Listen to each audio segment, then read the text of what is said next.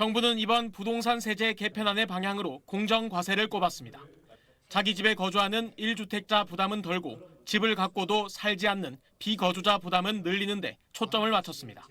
집은 buying, 즉 사는 것이 아니라 living, 즉 사는 곳이라는 원칙 하에 거주 중심의 주택 시장이 정착되도록 종합부동산세 과세 대상은 최근 상승한 집값을 반영해 1세대 1주택의 경우 기존 공시가격 12억 원에서 14억 원으로 상향하기로 했습니다. 시가 기준 20억 원 수준입니다. 하지만 거주 여부에 따라 세 부담 차이를 분명히 뒀습니다. 실거주 1주택자는 기본 공제 금액도 14억 원으로 늘어난 반면 비거주 1주택자의 공제액은 기존 12억 원에서 9억 원으로 오히려 낮아집니다. 공시가격 15억 원짜리 주택이라면 실거주자는 기본 공제 금액을 뺀 1억 원이 기준금액이 되지만 비거주자는 6억 원이 기준금액입니다. 공제 후 금액에 곱해 세율을 적용하는 공정시장 가액 비율은 현행 60%에서 최대 80%까지 올립니다. 이른바 똘똘한 한 채 선호로 다주택자가 역차별받는다는 지적에 따라 주택 수가 아닌 주택 가액 기준으로 종부세율을 일원화하기로 했습니다. 보유주택의 공시가격 합계가 같다면 한 채를 보유했든 여러 채를 보유했든 같은 세율을 적용받는 겁니다. 이에 따라 과세표준 12억 원 위로는 2028년까지 1, 2주택자의 세율을 기존 다주택자 수준으로 끌어올립니다. 1세대 1주택자에게 지원되던 세액 공제 기준도 보유 기간에서 거주 기간으로 바꾸고 600만 원 공제 한도를 신설했습니다. 직전년 보유세의 1.5배로 제한했던 세 부담 상한도 2배로 높아집니다.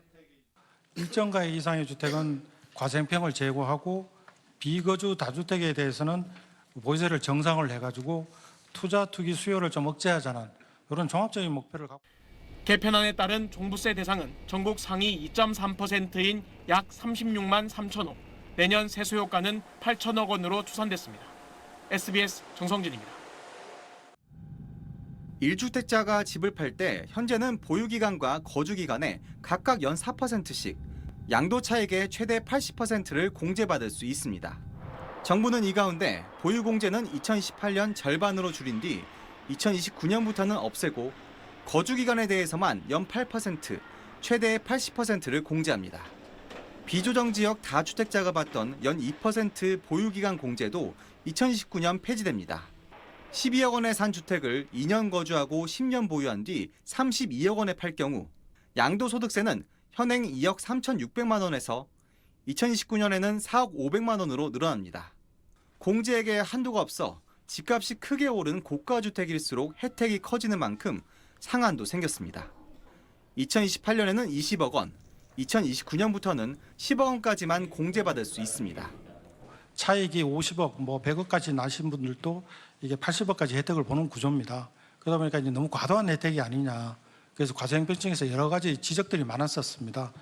양도소득세 부담을 줄이는 방향의 개편안도 포함됐습니다. 10년 이상 실제 거주한 30억 원 이하 1주택자 기본공제는 250만 원에서 2,500만 원으로 확대합니다. 은퇴한 고령자가 집을 처분해야 하는 경우 일시적인 세금 감면도 마련됐습니다. 65세 이상 1주택자가 수도권 주택을 팔고 비수도권으로 이주하면 내년에는 양도세의 50%, 최대 5억 원을 감면하고 2028년에는 30%, 최대 3억 원을 감면합니다. 은퇴한 고령자들 부담이 많은 분들에게는 저희들이 1주택자가 수도권 팔고 지방으로 이전하는 경우는 오히려 지금보다 깎아줍니다. 다주택자에게 매도 기회를 주기 위해 지난 5월 10일부터 적용된 양도세 중과도 2028년까지 한시적으로 완화됩니다. SBS 홍현재입니다. 세제 개편안 발표를 앞두고 한동안 관망세를 이어오던 시장에선 거래가 늘 것으로 기대하고 있습니다. 문의도 좀 늘어날 것으로 예상하고 있고요. 이제 그 고령층에서는 세부담이 늘어나면 아무래도 계속해서 보유하는 것이 상당히 부담이 되기 때문에 우선 세 부담을 피하려는 고령자와 다주택자들의 매물이 시장에 풀릴 거란 전망이 나옵니다. 특히 다주택자들의 양도세 중과가 다시 완화됐기 때문에 2028년까지는 매물을 끌어내기 유리한 조건이 됐다는 평가입니다. 다만 일시적으로 매물 잠김을 해소할 수는 있어도 부동산 시장의 전반적인 가격 안정까지 이어질지는 불확실하다는 전망도 있습니다.